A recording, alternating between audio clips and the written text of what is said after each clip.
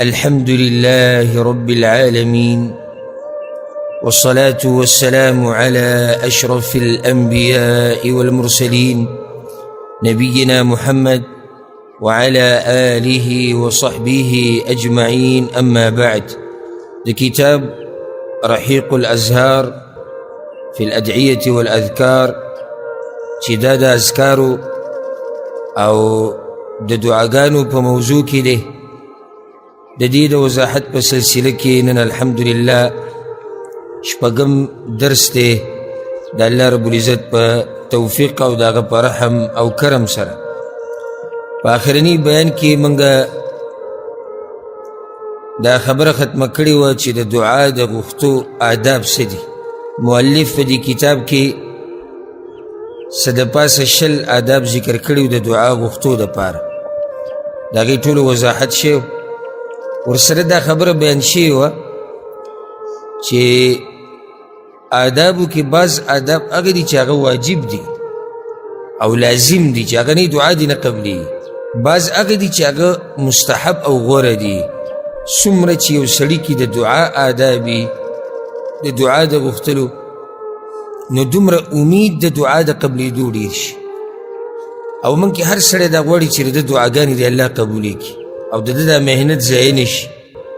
نو که چېرته ته دا غواړې چې ستا دا دعاګانې الله قبولې کړي او دا ضایع نه شي، نو د هغې دپاره به بیا ته د آدابو خیال ساتي چې د هغې بیان په یو څو درسونو کې او بیانونو کې الحمدلله وشو. د هغې نه بعد یو فصل راوړی دی او ډېر اهم او ډېر ضروري دی. وایي چې الکلمات التي یستجاب بها الدعاء، هغه کلمات هغه الفاظ چې د هغې په لوستلو سره یا د هغې په ویلو سره دعا قبلیږي.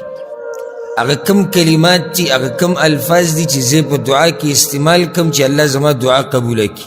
او دا سوال زم چې تقریبا د هر مسلمان په زړه کې وي او هر مسلمان تر دې چې ماشوم دا غواړي چې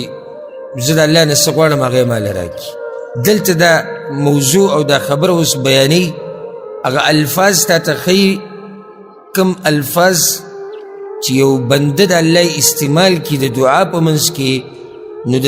ده د دعا باذن الله الله یې قبلوي. زه به همیشه تاسو ته دا خبره رایادومه په منځ کې. دې کتاب کې به تاسو ډېرې داسې خبرې راشي چې دې ټیم کې دعا ښه قبلېږي، د دې سړي دعا قبلېږي، د دې سړي دعا ښه قبلېږي، په دې الفاظو سره دعا ښه قبلېږي، په دې ادب سره دعا قبلېږي. نو دا یو مسله یاده کړئ چې ستاسو ذهن کې کله چې حدیث کې راشي چې د دې سړي دعا ښه قبلېږي یا دې ټیم کې دعا ښه قبلېږي یا په دې الفاظو سره قبلېږي، د هغې سره نور شرطونه هم دي. لکه اوس یو سړی دی هغه د اذان او د اقامت په منځ کې دعا غواړي او اذان او اقامت منځ کې دعا دا قبلېږي. یو سړی د اذان او د اقامت په منځ کې دعا غواړي او بیا هم نه قبلېږي، خو سیچل به یې که راته نور شرطونه هم دي. یوازې دا نه ده چې ته بس ځکه یو خبرې ته کښېنې چې بهی زه دا کوم زما دعا به قبولی شي، نورې خبرې هم دي د هغې به هم خیال ساتي. لکه دې داسې مثال دی،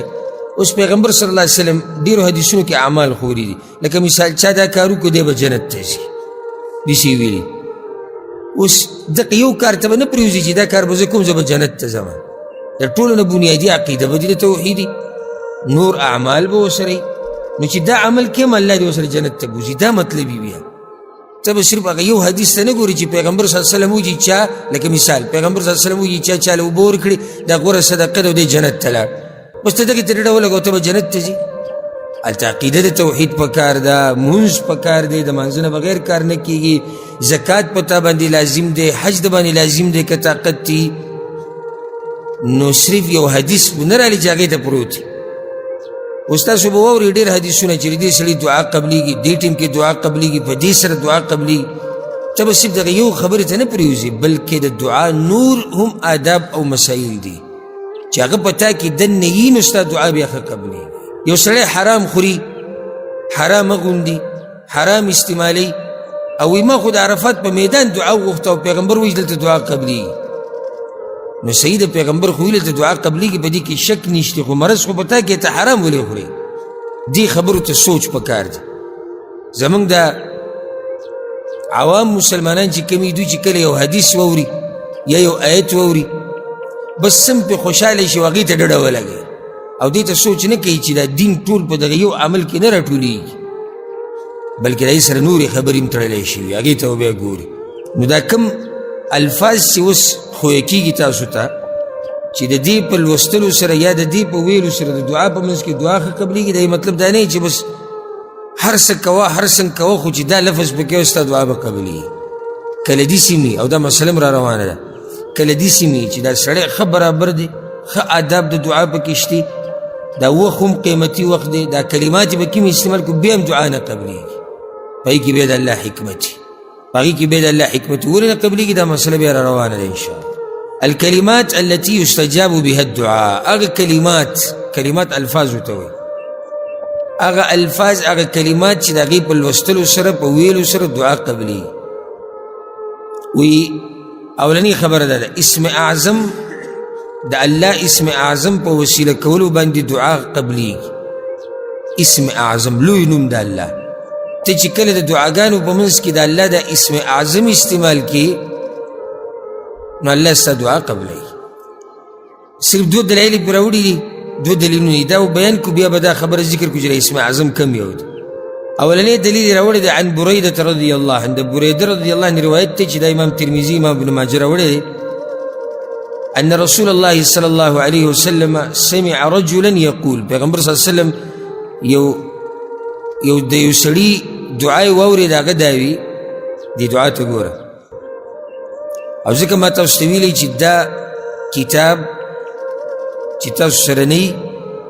نو دا دعاګانې تاسو ته نه یادي اوس په دې کې به سلونو دعاګانې به دې کتاب کې را جمع شوي دي ستا دماغ دومره تیز غني چې به سلونو دعاګانې ته یادي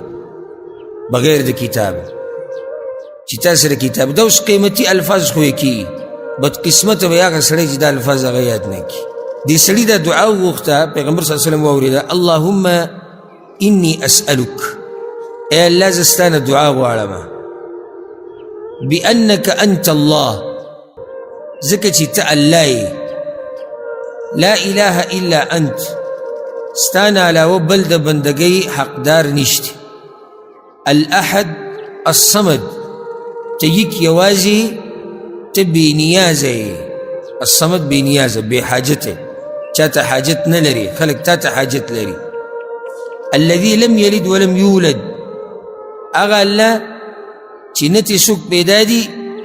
او نه د الله او نه د الله د چا نه پیدا دي ولم یکن له کفوا احد او د دې الله په شان هیڅوک نشته دا دعا وروت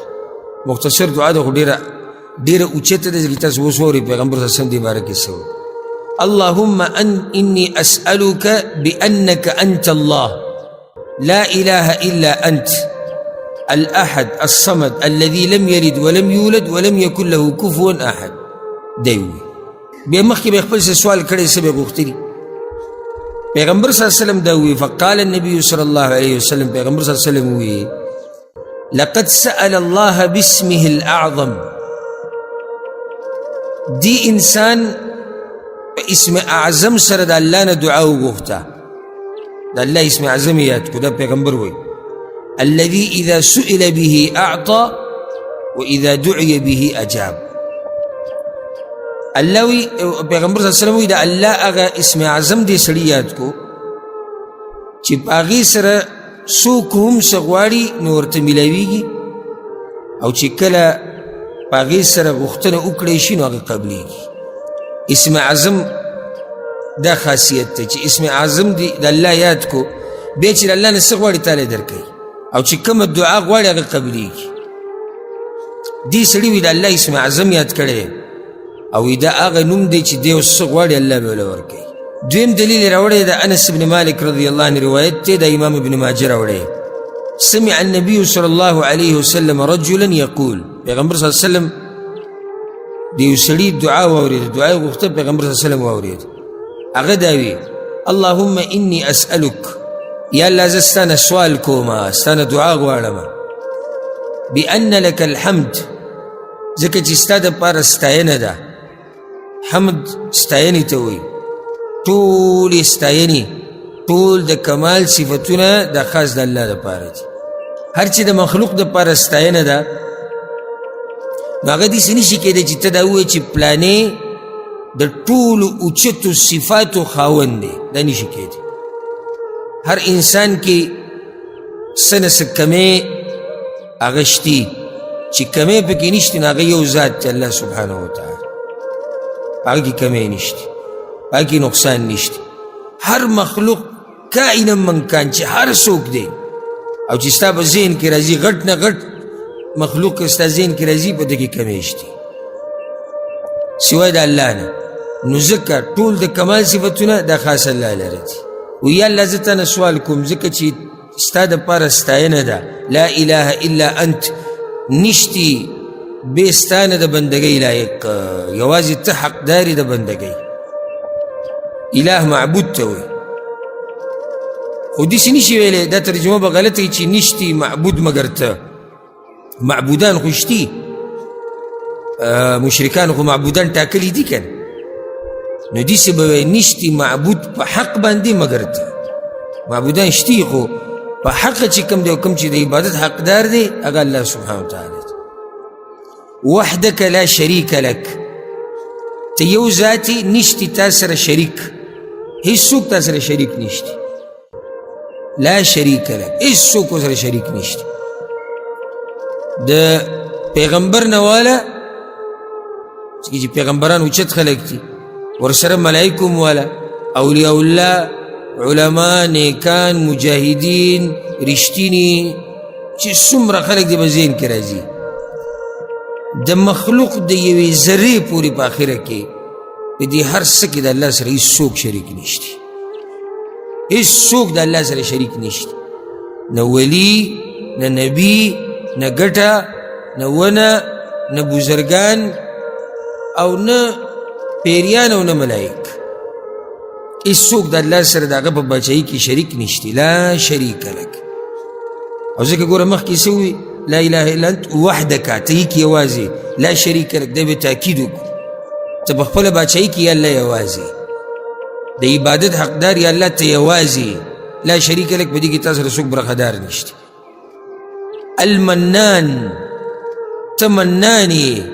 منان یعنی احسان کوونکی. بدیع السماوات والارض، ناشنا پیدا کوونکی د اسمانونو او د ځمکو یې. بدیع، بدیع هغه چا ته ویلی کېږي چې یو شی پیدا کړي ناشنا چې مخکې چا نه پیدا کړی. نو الله ته بدیع السماوات والارض ولې ویلی کېږي؟ ځکه چې دا ځمکه او اسمانونه د الله نه مخکې چا نه دي پیدا کړي. او ځکه ګوره بدعت ته بدعت ویلی کېږي ځکه چې دا ناشنا کار دی، په دین کې څه اصل او بنیاد مخکې نشتی. نو الله بدیع السماوات والارض دی. ولې بدیع دی؟ ځکه چې دا ځمکه او اسمانونه اول پر هغه پیدا کړي، د هغه نه مخکې چا نه دي پیدا کړي او نه یې څوک پیدا کولی شي. ذو الجلال والاکرام، اوچت شان او عزت والی. دې سړي د الله حمد وي، ثنا وي، د الله صفات بیان. بیا به مخکې څه دعا غوښتلي. فقال النبي صلى الله عليه وسلم،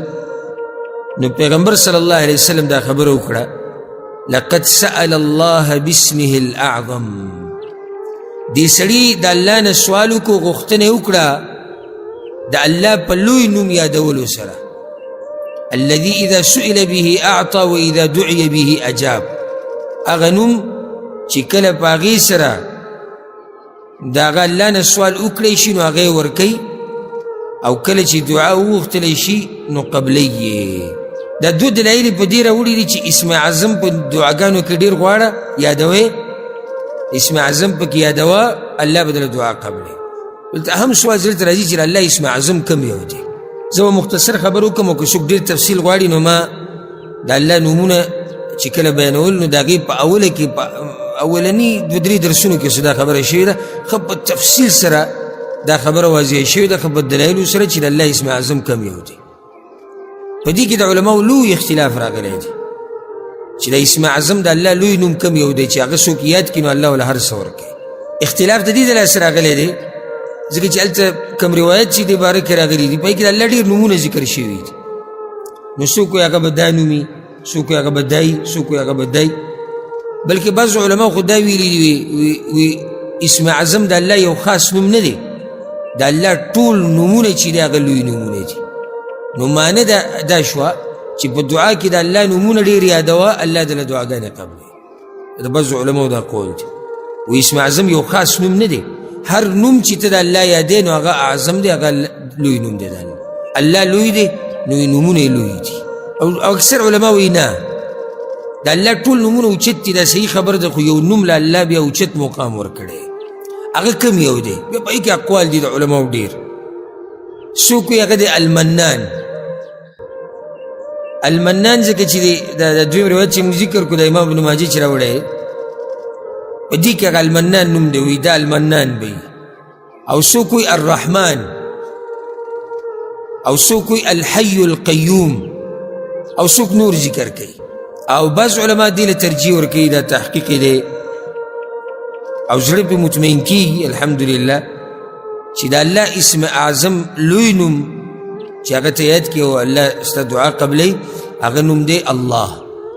اسم الجلاله چې ورته ویلی کېږي.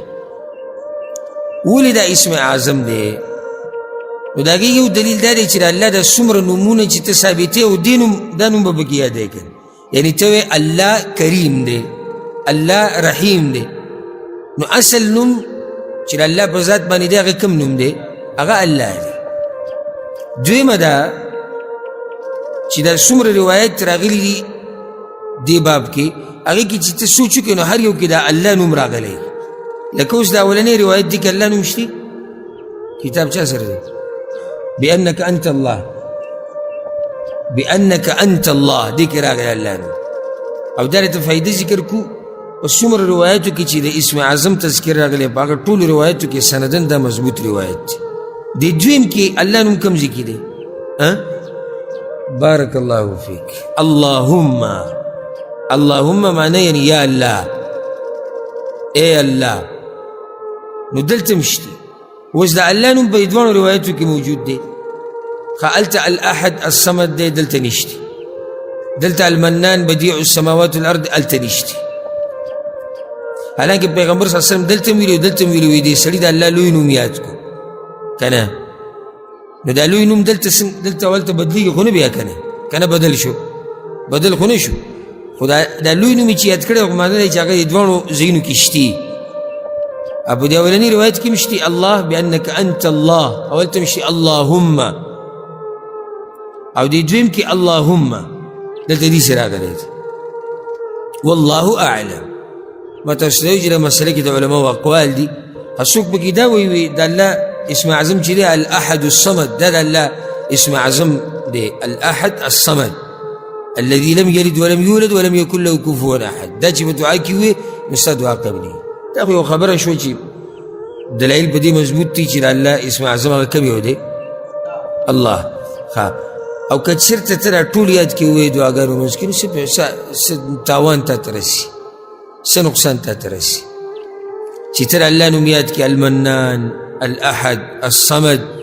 بديع السماوات والارض، ذو الجلال والاکرام، او بیا دعاګانې غواړې. نو څومره ښایسته دعاګانې به هغه چې په هغې کې د الله نومونه او صفات ذکر شي. نو اولنۍ خبره چې د هغې په یادولو سره د دعا په منځ کې دعا قبلیږي، هغه کومه خبره ده؟ د الله اسم اعظم، د الله ته وسیله کول، په دې سره دعاګانې قبلیږي. دویمه خبره یې ذکر کړې ده، وایي چې دعا په لاندې حدیثونو کې ذکر شو الفاظو سره وغوښتلی شي. لاندې یو څو حدیثونه یې راوړي دي، وایي دې حدیثونو کې چې کوم الفاظ دي که دا د دعا کې ذکر کړو الله دله دعا قبلوي. اوس دا کوم الفاظ دي؟ نو دلته څلور روایت راوړي دي، هغو ګوته کې دي. اولنی روایت ته د سعد رضی الله عنه،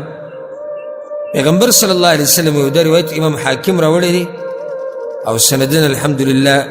فصحیح روایت ته امام ترمذی هم راوړی.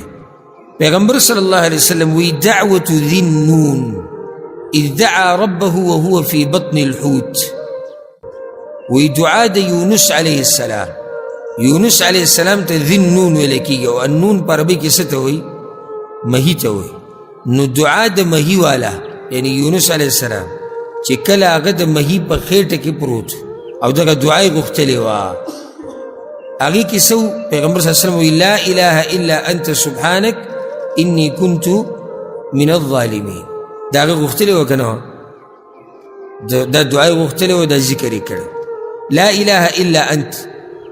نشتی د عبادت حقدار مگر ته یا الله.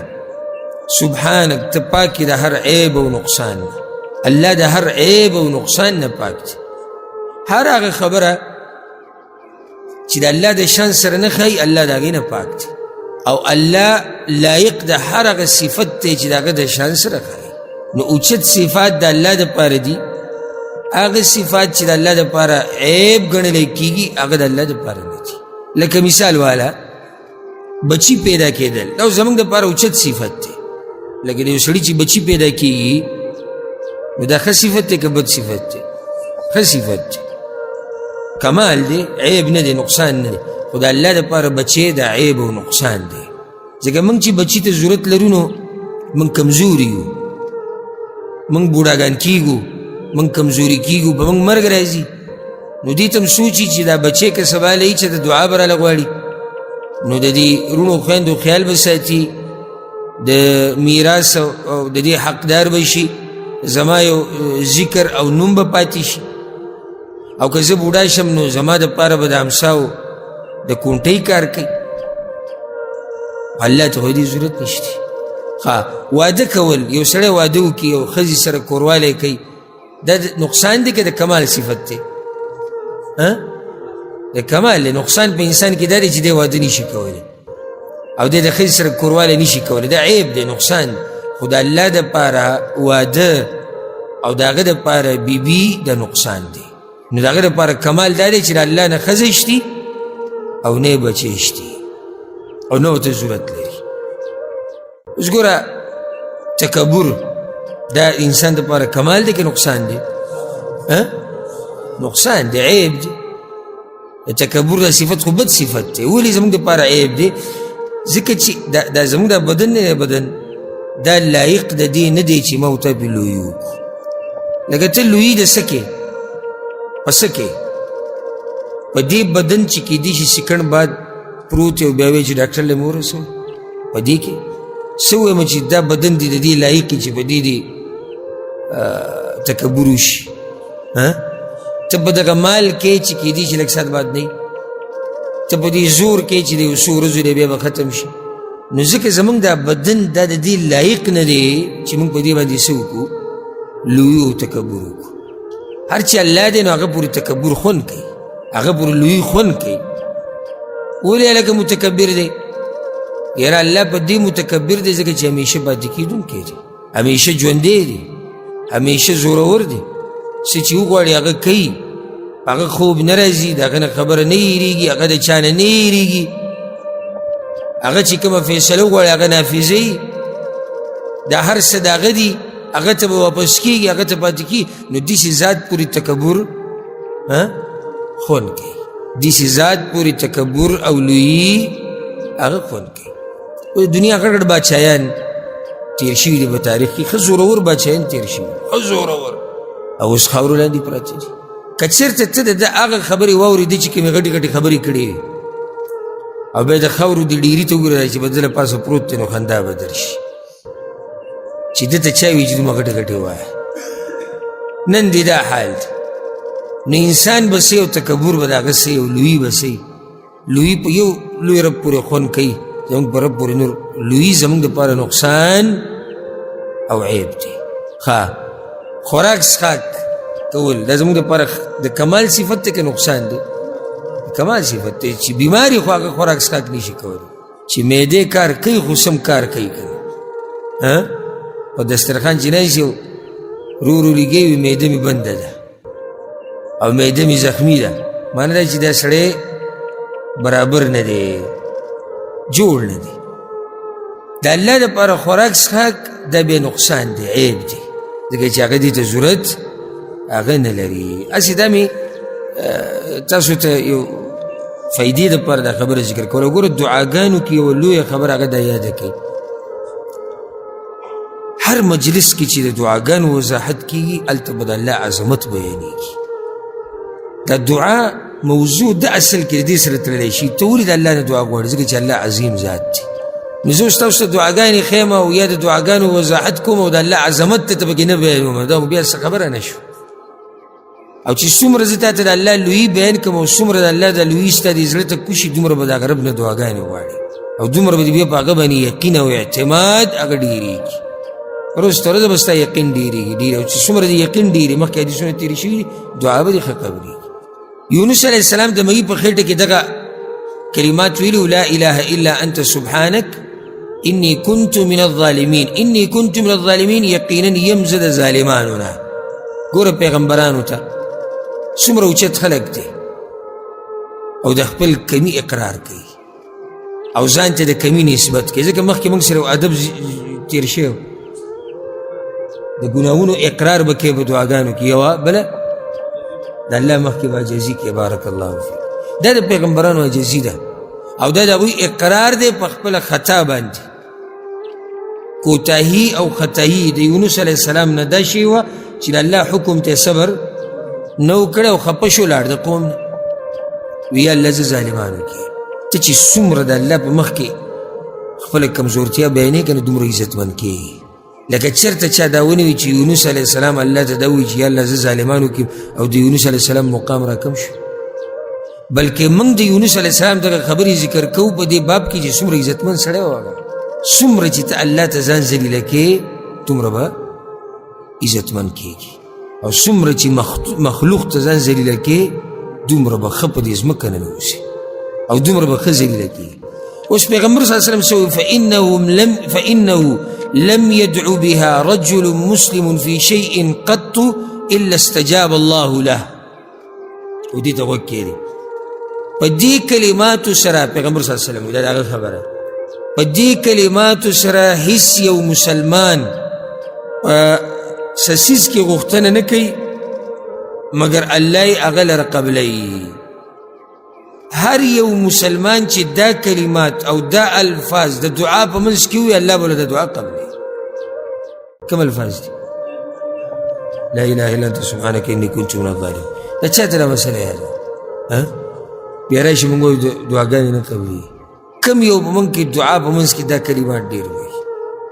دا د پیغمبر صلی الله علیه وسلم خبره دی کې شک نشتی وی هر مسلمان په هر حاجت کې چې کله هم دا کلمات وي الله وله دعا قبلوي نو زمونږ دعاګانې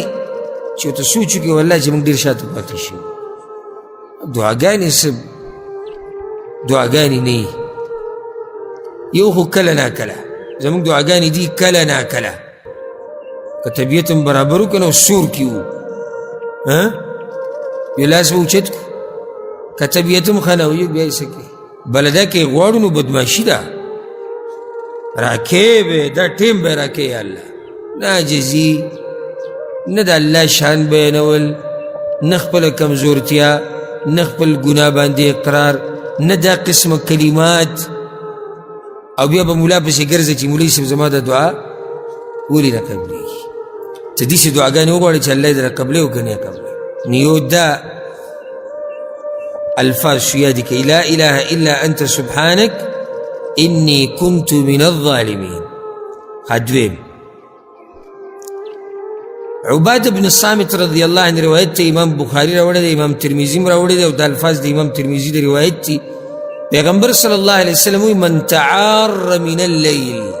سناشنا دعاګانې دي او دا کم ملګري چې دا بیانونه نشر کوي نو هغوی ته زما دا نصیحت دی که چېرته زما دا پیغام ورته ورسي چې یوه دعا که د دې مسلمانانو دپاره هغه جدا جدا کړی شي او ورسره په ویډیو باندې ولګولی شي دا به فایده عامه شي او یو خبر مې ذهن ته راغله او بیا بیا یې کومه دا کم ملګري چې زما دا بیانونه نشر کوي انشاءالله زموږ په ټولو باندې ښه ګمان چې دوی به د الله د رضا دپاره که څوک هم دې کې زما د بیان سره بېهوده تصویر لګوي د بیان د چلولو دپاره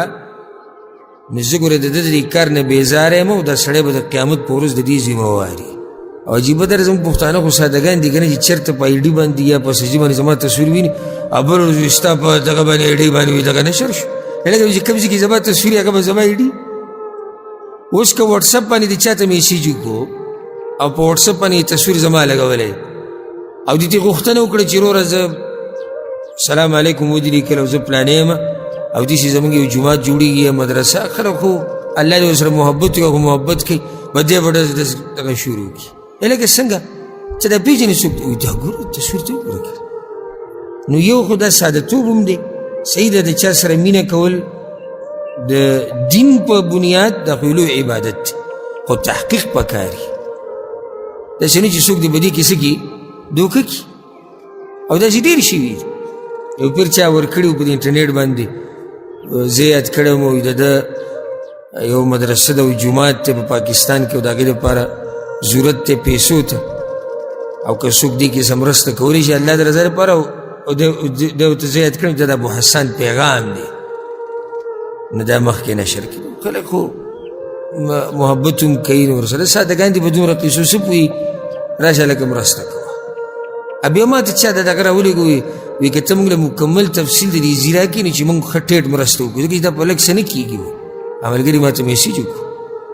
وایي که ته موږ ته دغه ځای وښیې چې موږ هلته ورشو نو چې څه پکار یې هغه ورکړو نو ما کوم ځای ته ځې او د څه دپاره ولې کیسه څه ده وایي دا میسیج چې چلېږي زه وروسته خبر شو چې قیسه دا روانه او داسې بعضو پکې دا ویلي دي موږ د ده سره ناست یو موږ د ده شاګردان یو هغه کیدی چې زما سره پاتې شوی نه او که پاتې شوی مې بالفرض څه لازم خو نه چې یو سړی ما سره پاتې شي چې دې څه کوي هغې کې به زه شریک یم که نه دا خو انسانان دي په مجلس کې قسمه قسم خلک کېناستی شي څوک د چا ذمهواري اخیستی شي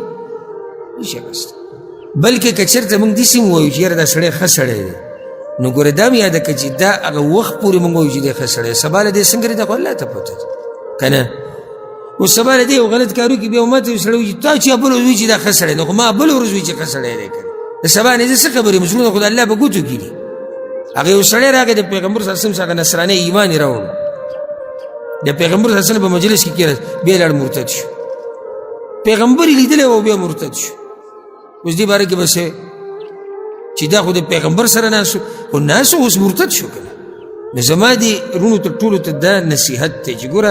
هر ځای کې زما نوم یا تصویر وینې دی مطلب نه دا زه یم ډېر ملګري دي چې الله دې ول اجرونه ورکړي چې دا بیانونه نشر کوي او زه پې خوشحالېږم په دې باندې چې څوک زما دا بیانونه نشر کوي او زه کوم هم دې دپاره ما دې دپاره نه دي کړي چې زه کمره کې بند کړم او که زما مقصد دا وي چې بیان نه نشر کوم نو زه تاسو ته ولې کوم خو دا څه چې ما زده کړي دا ما په سینه کې ساتلی قبر ته مې وړو زه کوم دې لپاره چې خلک یې نشر کړي خو شریعت په حدودو کې دننه بیان باندې بېهوده تصویر لګول د دې لپاره چې خلک بیان وګوري قیامت په ورځ دا سړی زه به ترې الله په مخ کې تپوس کوم دا زما د پیغام ټولو ته ورسوه شرعي حدودو کې دننه یو تصویر دې ولګوو چې شریعت کې د ګنجایش دي لکه مثال کې موضوع ده هسې مثال په ځمکه باندې زکات شتي او که نه او چا ورسره د ځمکې تصویر لګولی دی یا مثال کې مالی لین دین دوه کسان ولاړ دي یو بل له پیسې ورکړي راورکړي دا اوس مناسب دي که نه خو چې غیر شرعي تصویران او دا ما ته پته ده چې دا نن سبا یو طریقه راوتلې چې څومره ته داسې ګډوډ تصویر لګي هغه ویډیو کتې کېږي د الله نه یره پکار ده او دا تصویر چې څومره خلک بیا ګوري څومره خلک نو ګناه په دغه کس ده او الله به موږ له انشاءالله د دې بیان اجر راکوي نو ده تاوان وکړو که ګټه یې وکړه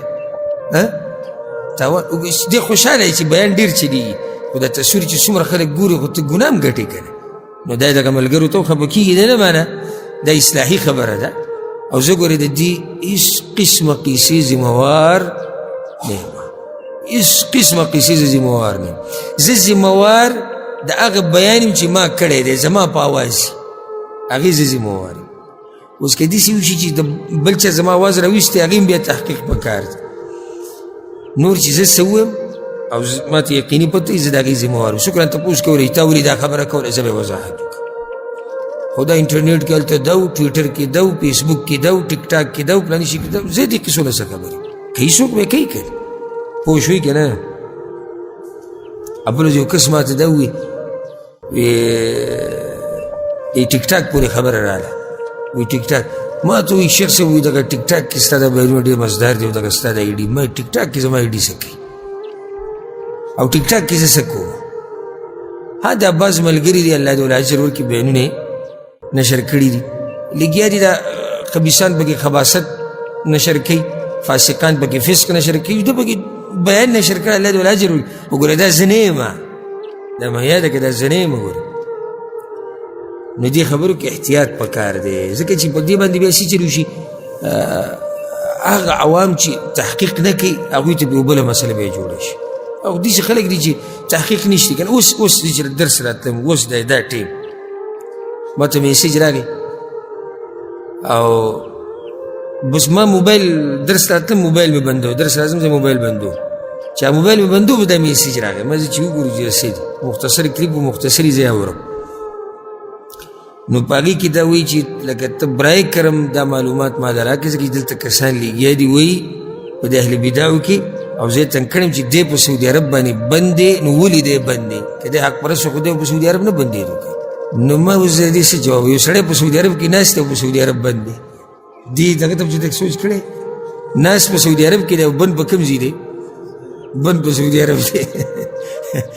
ښه نو دا اوس دا کبر چې راته اوس کې دی دومره ساده سړی دی لکه دې ته سوچ نه کوي چې دا بیانونه کوم ځای کې دي د کوم ځای نه را روان دي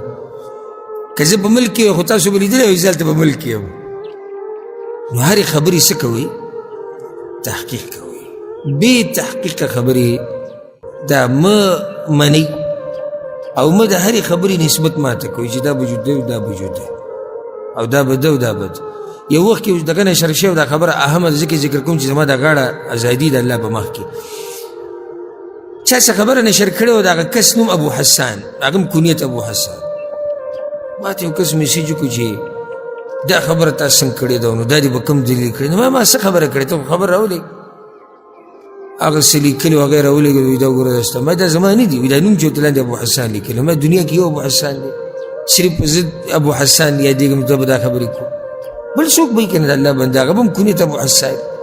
نو ما خبرې اول تحقیق کوو چې دا زه یم او که نه نو الله یې زموږ په حال رحم وکړي ما خبره دا کوله چې دا ملګري که چېرته یو دعا جدا کړي نو فایده به عامه شي بیا ورسره دغه دعا که په ولګي په ویډیو باندې او د عوام مسلمانان یې ګوري نه به ډېره فایده ورکړي اوس د عباده بن الصامت دې روایت ته ګوره پیغمبر صلی الله علیه وسلم من تعار من اللیل څوک چې د شپې راپاسي څوک چې د شپې راپاسي یعنې خوب منځ کې راپاسي خوب منځ کې سړی کله راپاسي کله سړی ویرېږي تږی شي یا ډډه بدلی را بدلی سترګې کولاو شي دا ډېره قیمتي دعا ده ګوره او ډېر قیمتي وخت دی ته چې کله ډډه بدلی را بدلی او لږ راویښ شي نو دا بعض نیم دا کمبل ښه په ځان راټیټ کړي تیز کې یو قیمتي کار ته کولی شي دنیا و ما فیها چې را جمع کې نو دومره لویه خبره تا ته نشي میلاوېدی څومره چې دلته تا ته میلاوېږي پیغمبر صلی الله علیه وسلم وایي دا سړی چې د شپې راپاڅېدو کېناستو دعا یې ووایي هغه دعا یې څه ووایي لا اله الا الله وحده لا شريك له له الملك وله الحمد وهو على كل شيء قدير الحمد لله وسبحان الله ولا إله إلا الله والله أكبر ولا حول ولا قوة إلا بالله آسان ذكر لا إله إلا الله وحده لا شريك له له الملك وله الحمد وهو على كل شيء قدير وسبحان الحمد لله وسبحان الله ولا إله إلا الله والله أكبر ولا حول ولا قوة إلا بالله دي ترجمة مرتوك لا إله إلا الله وحده نشتی د عبادت حقدار مگر الله دے وحده یک یوازی لا شریک له دا غسر هیڅ څوک شریک نشتی له الملک خاص د الله د پاره بچی ده وله الحمد او خاص غل رستاینه ده وهو على كل شيء قدير او هغه په هر چیز باندې قادر دی الحمد لله ټول د کمال صفتونه خاص الله لره دي وسبحان الله او پاک دی الله ولا اله الا الله دا الله نه علاوه بل د بندګۍ حقدار نشتی والله اکبر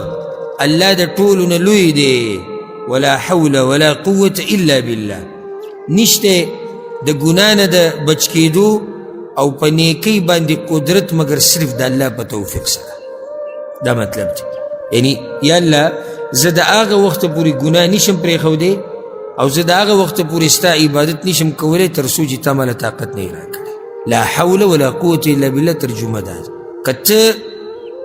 ګناه پرېږدي که نه نو ځان ته به اوچت نظر مه ګوره، د الله په تا رحم کړی، تا له طاقت در کړی، ته د ګناه پرېښودي. او که ته یو عبادت کې کمال دا دی چې الله تعالی توفیق در کړی دی نو ځکه ته دا عبادت کې. دا دعا دی سړي ووي ثم قال بیا ووي رب اغفر لي او بیا دا ووي چې الله ما وبخه او قال یا یې داسې ووي. ګوره پیغمبر صلی الله علیه وسلم داسې ووي. دې سړي دا الفاظ ووي. دا الفاظ چاته یاد دي؟ وی وایي چې لا اله الا الله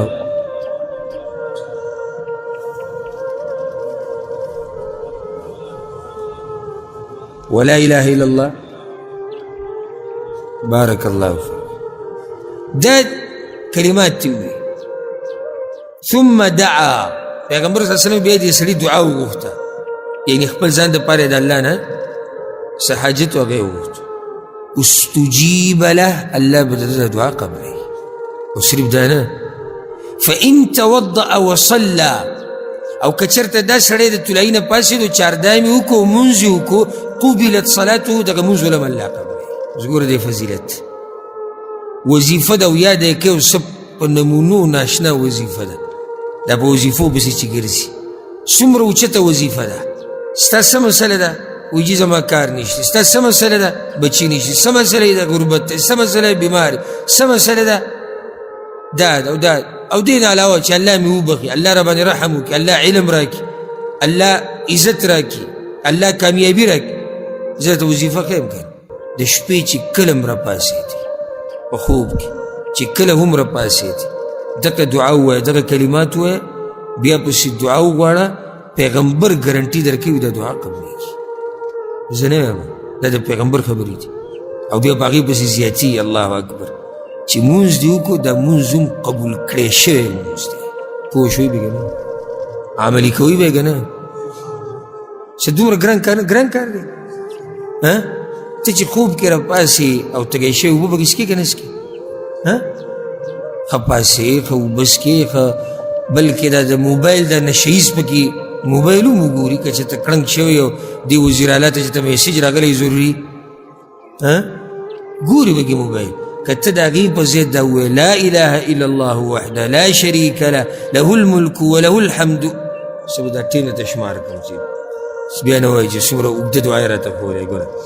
لا اله الا الله وحده لا شريك له له الملك وله الحمد وهو على كل شيء قدير الحمد لله وسبحان الله ولا إله إلا الله والله أكبر ولا حول ولا قوة إلا بالله. په دې باندې ولګېدو 14 سکنډه تا دا ختم کړو بیا دی الله په ما باندې رحمتونه د دنیا او د آخرت راووروه یا الله او یا الله ما وبخه او یا الله زما د دنیا او د آخرت مسلې اسانې کړه. 14 سکنډه دا شو. ټول 40 سکنډه کې تا داسې دعا وغوښته چې الله یې قبلوي. 40 سکنډه کې تا داسې دعا وغوښته چې الله یې قبلوي. نو که پاسې دی اودس دې وکړو 2 رکاته دې وکړو یو پاو ساعت هلته دې ولګول 20 منټه دې ولګول نو داسې یو نعمت به ته را پیدا کړي چې د دې سره مقابله وکړي قبوله کړی شوي دعا او قبول کړی شوی مونځ که نه اوچت نعمت نه دی. بدبختي زمونږ ده چې مونږ ته دا قسمه عبادات دا مونږ ته نه دي معلوم. دا زمونږ بدبختي ده. او بیا زمونږ اکثر مولیانو ته د الله هدایت وکړي هغوی دا مونږ ته نه دي بیان کړي او که راته بیان کړي دي نو اکثر هغه اذکار دي چې هغه څه دي کمزوري روایتو کې دي. لکه اوس دغه رونه که زما دا بیان ورته چې ته ورسېدو او رسي ورته کله ناکله داسې اوري ځکه اجارتونه چې په ما کې خو بیان اوري که دا چې وظیفې خلکو ته ښیي په فیسبوکو کې دا ښایسته وظیفه نه ده ښه په صحیح حدیث کې ده. امام بخاري روایت راوړی امام ترمیزی راوړی ښه صحیح سند والی روایت دی بیان یې که خلکو نو ولې موږ سره د دې صحیح وظیفو څه کمی راغلی دی چې موږ کمزوري شروع کړو صحیح را سره ښه ډېرې شتي نو کمزور ته څه ضرورت دی که نه ښه دریم روایت یې راوړی دی او دا دریم قسم الفاظ دي چې دعا منځ کې دي الله دعا قبلوي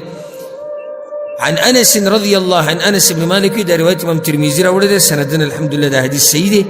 پیغمبر صلی الله علیه وسلم وی الذو بیا ذا الجلال والاکرام پیغمبر صلی الله علیه وسلم په خپلو دعاګانو کې لازم ونیسئ پیغمبر وی په خپلو دعاګانو کې لازم ونیسئ دا ټکي یا ذا الجلال والاکرام ای اوچت شان او عزت والا ذاته په دعا کې دا څه وایه ډېر وایه څه وبکې وایي یا ذا الجلال والاکرام یعنی ای اوچت شان او عزت والا ذات لکه ته یا الله ما وبخه کنه نو دې شي وایه یا ذا الجلال والاکرام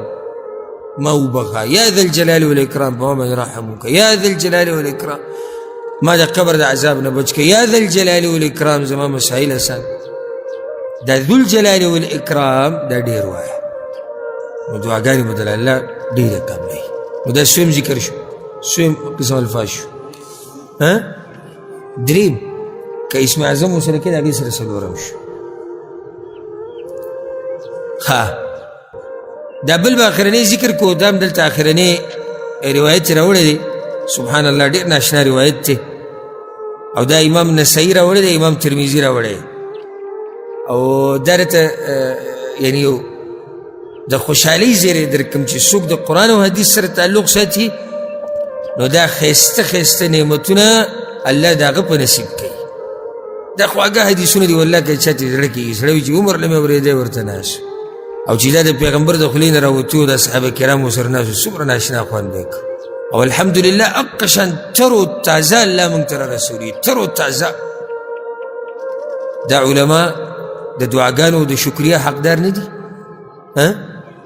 څه د پاسه څوارلس سوه کاله وشو هغه دین تا ته هغه شان بیانوي که څوک پکې کمی زیاتې وکړي هغه ته داسې ویښته راوباسي لکه د وړو نه چې وباسي د عالم د شکریه او د عزت حقدار نه دي تا خو غم د خېټې راغستی د سهار شي شپه شي د څه نه ته څه خبرې چې چا ضعیف حدیث جوړ کړو که چا دروغ وي که چا ته د څه نه څه خبرې